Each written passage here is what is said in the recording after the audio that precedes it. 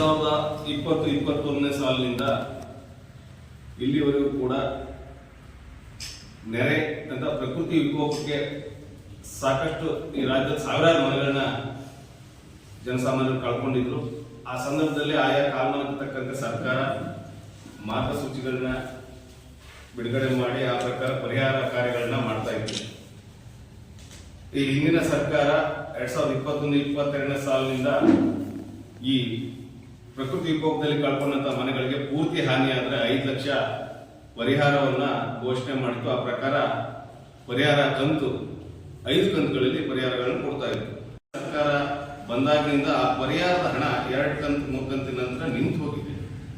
ಬಹಳ ಮುಖ್ಯವಾಗಿ ಯಾಕೆ ಇದನ್ನ ತಗೊಂಡಿದೀವಿ ಅಂತಂದ್ರೆ ಆ ಪರಿಹಾರ ಬರುತ್ತೆ ಅನ್ನೋ ವಿಶ್ವಾಸದಲ್ಲಿ ನಮ್ಮ ಜನಗಳು ಮನೆಗಳನ್ನ ಪುನರ್ ನಿರ್ಮಾಣ ಮಾಡ್ಕೊಂಡಿದ್ದಾರೆ. ಹೇಗೆಪ್ಪ ಅಂತಂದ್ರೆ ಸಾಲಗಳು ತಂದು ಬಂಗಾರವನ್ನು ಅಡ ಇಟ್ಟು ತಂದಿದ್ದಾರೆ, ಕೈ ಸಾಲ ತಂದ್ರೆ ಬಡ್ಡಿ ಸಾಲಗಳು ತಂದು ಮಾಡ್ಕೊಂಡಿದ್ದಾರೆ. ಆದ್ರೆ ಈಗ ದಿಕ್ಕು ತೋಚಂತ ಆಗಿದೆ ಅವರಿಗೆ. 1 ವರ್ಷದಿಂದ ಈಗ ಅಧಿಕಾರಿಗಳ ಹತ್ರ ಹೋದ್ರೆ ಇಲ್ಲ ಸರ್ಕಾರದಲ್ಲಿ ಹಣ ಇಲ್ಲ ಅನ್ನೋ ಒಂದು ಉಡಾಫೆ ಉತ್ತರಗಳನ್ನ ಕೊಡ್ತಾರೆ.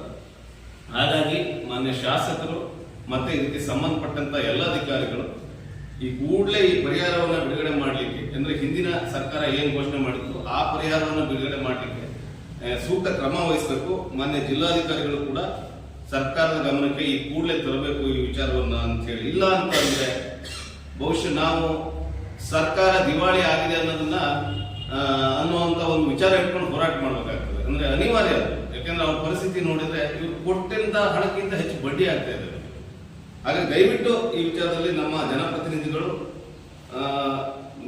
ಗಮನ ಹರಿಸಬೇಕು. ಇಲ್ಲ ಅಂತಂದ್ರೆ ನಾವು ಅವರು ಮತ್ತೆ ಅಧಿಕಾರಿಗಳು ಎಲ್ಲ ಈ ಮನೆ ಬಿದ್ದು ಹೋದ ಸಂದರ್ಭದಲ್ಲಿ ಆ ಮನೆ ಎದುರಿನಿಂದ ಫೋಟೋ ತೆಗೆಸ್ಕೊಳ್ಳೋಕ್ಕಷ್ಟೇ ಸೀಮಿತ ಆಗುತ್ತೆ ಅಂತ ಹೇಳಿ ನಮ್ಮ ಭಾವನೆ. ದಯವಿಟ್ಟು ಮಾಜಿ ಶಾಸಕರು ಕೂಡ ಈ ವಿಚಾರವಾಗಿ ನಿನ್ನೆ ದಿನ ಪತ್ರಿಕಾಗೋಷ್ಠಿಯನ್ನ ಮಾಡಿದ್ದಾರೆ. ಮಾಧ್ಯಮಗೋಷ್ಠಿ ನಾನು ಕೂಡ ಅವ್ರ ಕೆಲವು ವಿಚಾರಗಳನ್ನ ಗಮನಿಸಿದ್ದೇನೆ. ಇವತ್ತೇನು ಸರ್ಕಾರದ ಈಗಿನ ಸರ್ಕಾರದ ಕೆಲವು ಮಾನದಂಡಗಳು ಮಾರ್ಗಸೂಚಿಗಳನ್ನ ಅವರು ಉಲ್ಲೇಖ ಮಾಡಿ ಮಾತಾಡಿದ್ದಾರೆ. ಬಹುಶಃ ಅಧಿಕೃತ ಅನಧಿಕೃತ ಮನೆಗಳ ವಿಚಾರದಲ್ಲಿ ಅವರು ಒಂದು ಸಣ್ಣ ಮಿಸ್ಟೇಕ್ ಇತ್ತು ಅವ್ರ ಹೇಳಿಕೆಯಲ್ಲಿ. ಅದೇನು ಪ್ರಕೃತಿ ಗೊತ್ತಾಗ್ತದ ಅಧಿಕೃತ ಅನಧಿಕೃತ ಅನ್ನೋ ಒಂದು ವಿಚಾರ ಅವ್ರು ಹೇಳಿದ್ದಾರೆ. ಬಹುಶಃ ಹಿಂದಿನ ಸರ್ಕಾರದಲ್ಲೂ ಕೂಡ ಅಧಿಕೃತ ಮನೆಗಳು ಮತ್ತೆ ಅನಧಿಕೃತ ಮನೆಗಳು ಅಂತ ಹೇಳಿ ವಿಂಗಡಣೆ ಮಾಡಿದ್ರು. ಆ ಪ್ರಕಾರವಾಗಿ ಗೈಡ್ಲೈನ್ಸ್ ನ ಸರ್ಕಾರ ಹೊರಡಿಸಿ ಅಧಿಕೃತ ಮನೆಗಳಿಗೆ 5 ಲಕ್ಷ, ಅನಧಿಕೃತ ಮನೆಗಳಿಗೆ 95,000 ರೂಪಾಯಿ ಹಣವನ್ನ ಕೊಡ್ತಾ ಇದ್ರು. ಆದ್ರೆ ತುರ್ತು ಪರಿಹಾರವಾಗಿ 10,000 ಆ ಕ್ಷಣಕ್ಕೆ ಕೊಡ್ತಾ ಇದ್ರು. ಆದ್ರೆ ಈಗಿನ ಸರ್ಕಾರದಲ್ಲಿ ಬರೀ 90,000 95,000 ಪೂರ್ತಿ ಹಾನಿಯಾದಂತಹ ಮನೆಗಳಿಗೆ ಕೊಡುವಂತ ಮಾರ್ಗಸೂಚಿಯನ್ನು ಬಿಡುಗಡೆ ಮಾಡಿದರೆ ಪರಿಹಾರ ಕಾರ್ಯ ಈಗಷ್ಟೇ ತಹಶೀಲ್ದಾರ್ ಜೊತೆ ನಾನು ಮಾತಾಡಿ ಮಾಹಿತಿ ತಗೊಂಡ 1 ಮನೆಗೆ ಕೊಟ್ಟಿದ್ದೀನಿ, ಇನ್ನು ಮುಂದೆ ಕೊಡಬೇಕು ಅಂತ ಹೇಳಿ. ಅದೇ 1,20,000 ಏನೋ ಪರಿಹಾರವನ್ನ ಸರ್ಕಾರ ಎಲೆಕ್ಟ್ರಿಕ್ ಗ್ರಿಡ್ ಅನ್ನ ನಿರ್ಮಾಣ ಮಾಡಲಿಕ್ಕೆ ಆರಂಭ ಮಾಡಿ ತುಂಬಾ ವರ್ಷಗಳ ಕಳೆದು 2-3 ಇಂಧನ ಮಂತ್ರಿಗಳನ್ನ ಆ ಗ್ರಿಡ್ ನೋಡಿದೆ. ಈಗಾಗಲೇ ಸಂಪೂರ್ಣ ಗ್ರಿಡ್ ಕಾಮಗಾರಿ ಮುಗಿದ್ರು ಕೂಡ ಆ ಲೈನ್ ವಿಚಾರದಲ್ಲಿ ರೈತರು ಮತ್ತು ಸರ್ಕಾರದ ಮಧ್ಯೆ ಒಂದು ಸಣ್ಣ ತಕರಾರಿದೆ. ಬಹುಶಃ ಆ ತಕರಾರು ವರ್ಷದ ಮೇಲಾಗಬೇಕು. 1-1.5 ವರ್ಷದಿಂದ ಆ ರೈತರು ತಮ್ಮ ಭೂಮಿಯನ್ನ ಕೊಡೋದಿಲ್ಲ ಅನ್ನೋ ಒಂದು ಪಟ್ಟಿಗೆ ಬಿದ್ದಿದ್ದಾರೆ. ಸರ್ಕಾರ ಕೂಡ ಕರೆದು ಮಾತುಕತೆ ಮಾಡೋ ನಿಟ್ಟಿನಲ್ಲಿ ಬರೀ ಅಧಿಕಾರಿಗಳ ಲೆವೆಲ್ ನಡೀತಾ ಇದೆ. ನೋಟಿಸ್ ಕೊಡೋದು, ಅವ್ರನ್ನ ಕರೆಯೋದು, ಭೂಮಿ ಕೇಳ್ತಕ್ಕಂಥದ್ದು. ಆದ್ರೆ ನನ್ನ ಒಂದು ಕೋರಿಕೆ, ಜನಪ್ರತಿನಿಧಿಗಳಾದವರು ಆ ರೈತರನ್ನ ಮನವೊಲಿಸಬೇಕಾಗಿತ್ತು. ಅವ್ರನ್ನ ಕರೆದು ನೋಡ್ರಪ್ಪ, ನೀವೊಂದು 50 ಜನ ಈ ರೀತಿ ತೊಂದರೆ ಕೊಟ್ರೆ ಸಾವಿರಾರು ಜನಕ್ಕೆ ಅನಾನುಕೂಲ ಆಗ್ತದೆ. ಬಹುಶಃ ಅವ್ರನ್ನ ಮನವೊಲಿಸುವಂತ ಕೆಲಸ ಇಲ್ಲಿನ ಸ್ಥಳೀಯ ಶಾಸಕರು ಹಾಗೆ ನಮ್ಮ ಜಿಲ್ಲಾ ಉಸ್ತುವಾರಿ ಮಂತ್ರಿಗಳು ಮಾಡಬೇಕಾಗಿತ್ತು. ಆ ಮಾಡದೆ ನಮಗೆ ಕರೆಂಟ್ ಬೇಕು, ಇದು ಬೇಗ ಕಾಮಗಾರಿ ಮುಗಿಸಿ ಅಂತ ಹೇಳಿ ಒಂದಿಷ್ಟು ಜನ ಶಾಮಯಾನ ಹಾಕೊಂಡು ಚಳವಳಿ ಮಾಡ್ತಾ ಇರ್ತಾರೆ. ಅಲ್ಲಿಗೆ ಮಂತ್ರಿಗಳು ಹೋಗ್ತಾರೆ. ಅಂದ್ರೆ ಜನಸಂಖ್ಯೆ ಎಲ್ಲಿ ಹೆಚ್ಚಿರುತ್ತೆ ಅಲ್ಲಿಗೆ ಜನಪ್ರತಿನಿಧಿಗಳಾದವರು ಹೋಗಿ ಅವರ ಅಹವಾಲನ್ನು ಸ್ವೀಕಾರ ಮಾಡ್ತಕ್ಕಂಥ ಪರಿಸ್ಥಿತಿ ನಿರ್ಮಾಣ ಆಗಿದೆ. ಅಂದ್ರೆ ಅದೊಂದು ತಯಾರಿ ಆಗಿದೆ. ಬಹುಶಃ ಭೂಮಿ ಕಳ್ಕೊಳ್ಳೋರಿಗೆ ಗೊತ್ತು ಅದು ನೋವು. ಚಕ್ರ, ವರಾಹಿ, ಸಾವೆ ಹಾಕಲು ಸಂತ್ರಸ್ತರೇನಿದ್ದಾರೆ ಇವರು ವಿಚಾರದಲ್ಲಿ ಹಲವಾರು ವರ್ಷಗಳಿಂದ ಪರಿಹಾರಕ್ಕಾಗಿ ಅಥವಾ ಪುನರ್ವಸತಿಗಾಗಿ ಅರ್ಜಿಗಳು, ಸರ್ಕಾರದ ಮಟ್ಟದ ಹೋರಾಟಗಳು, ಹಲವಾರು ಜನಪ್ರತಿನಿಧಿಗಳು ಈ ವಿಚಾರದಲ್ಲಿ ಹೋರಾಟಗಾರರು, ಮುಳುಗಡೆ ಸಂತ್ರಸ್ತರ ಒಂದು ಹೋರಾಟ ಸಮಿತಿನೇ ರಚನೆ ಮಾಡ್ಕೊಂಡು ಹೋರಾಟ ಮಾಡೋದು ಕೂಡ ಇಲ್ಲಿವರೆಗೂ ಕೂಡ ಏನು ಅಂತ ಒಂದು ಅವರ ಪರಿಹಾರ ಕಾರ್ಯದಲ್ಲಿ ಆಗ್ಬೋದು, ಅವರ ಸಮಸ್ಯೆ ಬಗೆಹರಿಸುವ ನಿಟ್ಟಿನಲ್ಲಿ ಯಾರು ಕೂಡ ಗಮನ ಹರಿಸಿಲ್ಲ ಸರ್ಕಾರದ ಮಟ್ಟದಲ್ಲಿ.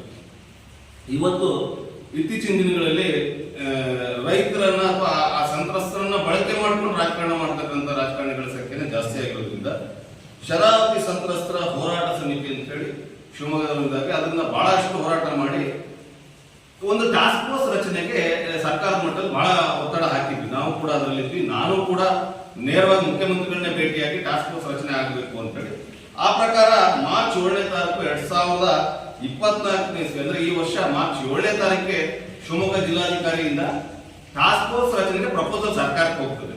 ಇವತ್ತಿನವರೆಗೂ ನಮ್ಮ ಭಾಗದ ನಮ್ಮ ಜಿಲ್ಲೆಯ ಯಾವ ಜನಪ್ರತಿನಿಧಿಗಳು ಟಾಸ್ಕ್ ಫೋರ್ಸ್ ರಚನೆ ಮಾಡಬೇಕು ಅನ್ನೋ ವಿಚಾರದಲ್ಲಿ ಧ್ವನಿ ಎತ್ತುತ್ತಾ ಇಲ್ಲ ಸದನದಲ್ಲಿ ಅಥವಾ ಸರ್ಕಾರದ ಮಟ್ಟದಲ್ಲಿ. ಟಾಸ್ಕ್ ಫೋರ್ಸ್ ಯಾಕೆ ರಚನೆ ಮಾಡಬೇಕು? ಇವತ್ತು ಸುಪ್ರೀಂ ಕೋರ್ಟ್ ಅಲ್ಲಿ ಈ ಎಲ್ಲ ಭೂಮಿ ವ್ಯಾಜ್ಯಗಳು, ಅರಣ್ಯ ಭೂಮಿ ವಿಚಾರದಲ್ಲಿ ಎಲ್ಲ ಕೇಸ್ ಇದೆ. ಇಲ್ಲಿನ ವಸ್ತು ಪರಿಸ್ಥಿತಿ ಅಧ್ಯಯನ ಮಾಡಲಿಕ್ಕೆ ಒಬ್ಬ ವಿಶೇಷ ಜಿಲ್ಲಾಧಿಕಾರಿ ನೇತೃತ್ವದಲ್ಲಿ ಇವತ್ತು ಪತ್ರಿಕೆ ನಾನು ಓದಿದ್ದೆ. ಹಾಗಾಗಿ ಬಹಳ ನಿರೀಕ್ಷೆ ಇದ್ದು ನಾವು ಕೂಡ ಇನ್ನು 15 ದಿವಸದಲ್ಲಿ ಇವರೆಲ್ಲರ ಸಮಸ್ಯೆ ಬಗೆಹರಿಯೋದಾದ್ರೆ ನಾವು ಕೂಡ ಇದನ್ನ ಸ್ವಾಗತಿಸ್ತೇವೆ, ಮತ್ತೆ ಅವರನ್ನ ಗೌರವಿಸ್ತೇವೆ, ಅವರು ಕೂಡ ಋಣಿಯಾಗಿರ್ತೇವೆ. ಈ ಹಿಂದೆನೂ ಕೂಡ ನಮ್ಮ ಮಾಜಿ ಮುಖ್ಯಮಂತ್ರಿ ಯಡಿಯೂರಪ್ಪನವರು ಹೇಳಿದ್ರು 15 ದಿವಸದಲ್ಲಿ ನಿಮ್ಮ ಸಮಸ್ಯೆಯನ್ನೆಲ್ಲ ಹಕ್ಕುಪತ್ರ ಕೊಡುವಂತ ವ್ಯವಸ್ಥೆ ಮಾಡ್ತೀನಿ ಅಂತ ಒಂದು ಬಹಿರಂಗ ಸಭೆಯಲ್ಲಿ ಹೇಳಿದ್ರು. ಆಮೇಲೆ ಈಗಿನ ಮುಖ್ಯಮಂತ್ರಿ ಉಪಮುಖ್ಯಮಂತ್ರಿಗಳು ಕೂಡ ಚುನಾವಣಾ ಪೂರ್ವದಲ್ಲಿ ಈ ವಿಚಾರವನ್ನ ಹೇಳಿದ್ರು, ನಿಮ್ಮ ಎಲ್ಲ ಸಮಸ್ಯೆಗೆ ನಾವು ಪರಿಹಾರ ಕೊಡ್ತೇವೆ ಅಧಿಕಾರಕ್ಕೆ ಬಂದ್ರೆ ಅಂತ. ಆದ್ರೆ ಅಂತ ಒಂದು ಪ್ರಯತ್ನ ಯೋಚನೆ ಮಾಡಲಿಲ್ಲ. ಹಾಗೆ ನಾವುಗಳು ಕೂಡ ಸಂತ್ರಸ್ತರು, ನಾವೇನಿದ್ದೀವಿ ನಾವು ನಿಜವಾಗೂ ಸಂತ್ರಸ್ತರು, ಆದ್ರೆ ಸಂತ್ರಸ್ತರು ನಮ್ಮವರೇ. ಹಾಗಾಗಿ ನಾವುಗಳು ಅಂತಾನೆ ಹೇಳೋದು. ನಾವೆಲ್ಲರೂ ಕೂಡ ಇವತ್ತು ರಾಜಕೀಯ ಸಭೆ ಸಮಾರಂಭಗಳಿಗೆ ಹೋಗ್ತೇವೆ. ಮೊನ್ನೆ ನಾನು ಈ ಹಿಂದಿನ ಒಂದು ಗ್ಯಾರಂಟಿ ಸಮಾವೇಶ ಶಿವಮೊಗ್ಗದಲ್ಲಿ ನೋಡಿದೆ. ಅಲ್ಲಿ ಅತಿ ಹೆಚ್ಚು ಹೋಗಿದ್ದೆ ನಮ್ಮ ಭಾಗ ಶಿವಮೊಗ್ಗದವರೇ ಜಾಸ್ತಿ ಇದ್ದಿದ್ದು, ಅಂದ್ರೆ ಈ ಹೊಸನಗರ, ಸೊರಬ, ಸಾಗರ ಈ ಭಾಗದವರೇ. ಅದರಲ್ಲಿ ಮುಳುಗಡೆ ಸಂತ್ರಸ್ತರೇ ಹೆಚ್ಚು ಪಾಲಿದ್ರು. ಯುವಕರು ಕಾಲೇಜು ಹೋಗೋದನ್ನು ಬಿಟ್ಟು ಬ್ಯಾಗ್ ಹಾಕೊಂಡು ಹೋಗಿದ್ರು. ಆದ್ರೆ ಆ ಸಭೆಯಲ್ಲಿ ನಾನು ಇವತ್ತು ಬಹಳ ಮುಖ್ಯವಾಗಿ ಅದನ್ನ ಪ್ರಸ್ತಾಪ ಮಾಡ್ಲಿಕ್ಕೆ ಬಯಸ್ತೇನೆ. ನಮ್ಮ ಹುಡುಗರು ಏನು ಬೇಕು ಅನ್ನೋ ಪ್ರಶ್ನೆ ಮಾಡಲಿಲ್ಲ. ನಮ್ಮ ಯುವಕರು ಕೆಲವರು ಏನೋ ಒಂದು ಹಾಡಿಗೆ ಡ್ಯಾನ್ಸ್ ಮಾಡ್ತಾ ಇದ್ರು. ಆದ್ರೆ ಅಲ್ಲಿ ಒಬ್ಬ ವ್ಯಕ್ತಿ ಒಂದು ಪೋಸ್ಟ್ ನ ಹಿಡಿತಾನೆ, ಏನೋ ಬಗರ್ಪುನ್ ಸಮಸ್ಯೆ ಬಗೆಹರಿಸಿ ಅಂತ ಹೇಳಿ. ಆ ಸಂದರ್ಭದಲ್ಲಿ ಅವನ್ನ ಹೊರ ಹಾಕ್ತಾರ ಆ ಸಭೆಯಿಂದ ಪೊಲೀಸ್ ಬಳಸಿ. ಅದು ಬಹಳ ನೋವುಂಟು ಮಾಡಿತು. ಆ ವ್ಯಕ್ತಿಗೆ ನಾವು ಇಲ್ಲಿಂದ ಸೆಲ್ಯೂಟ್ ಮಾಡ್ತೇವೆ. ನಮ್ಮ ಹಕ್ಕನ್ನ ಕೇಳೋದ್ರಲ್ಲಿ ಯಾವುದೇ ಮುಜುಗರ ಬೇಡ, ಅದು ಎಲ್ಲೇ ಇರಲಿ, ನಮಗೆ ಕೊಡ್ಬೇಕಾದನ್ನ ಕೊಡಿ ಅಂತ ಕೇಳಿದ್ರೆ ತಪ್ಪಿಲ್ಲ. ಅವನನ್ನ ಹೊರಗೆ ಹಾಕಿದ್ದು ಅಕ್ಷಮ್ಯ ಅಪರಾಧ. ಮತ್ತೆ ನಮ್ಮವ್ರು ಯಾರು ಕೂಡ ಅವನು ಏನು ಕೇಳಬಾರ್ದು ಕೇಳದ ಅನ್ನೋ ಒಂದು ಪ್ರಶ್ನೆ ಮಾಡಲಿಲ್ಲ. ಶೇಟಿ ಪುಷ್ಪವತಿ ಅಂತ ಹೇಳಿ ಹುಡುಗರು ಒಂದೊಂದು ಗುಂಪಾಗಿ ಡ್ಯಾನ್ಸ್ ಮಾಡ್ತಾ ಇದ್ದನ್ನ ನಾನು ಗಮನಿಸಿದೆ. ಬಹಳ ನೋವಾಯಿತು.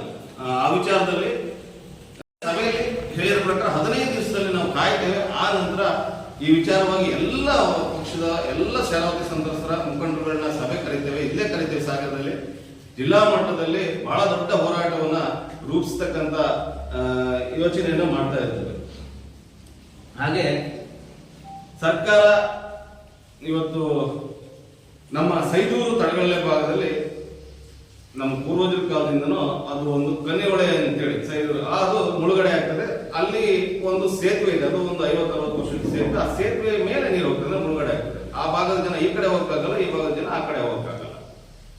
ಆದ್ರೆ ಅದಕ್ಕೊಂದು ಶಾಶ್ವತ ಪರಿಹಾರ ಬೇಕಲ್ಲ. ಆ ನಿಟ್ಟಿನಲ್ಲಿ ಏನ್ ಮಾಡ್ಬೋದು ಅಂತೇಳಿ ಯಾರು ಯೋಚನೆ ಮಾಡಿಲ್ಲ. ಬೀಸಿನಗರಿ ಅದು ಕನ್ನಿಹೊಳೆ ಅಂತೇಳಿ ಹೊಳೆ ಬಂತು.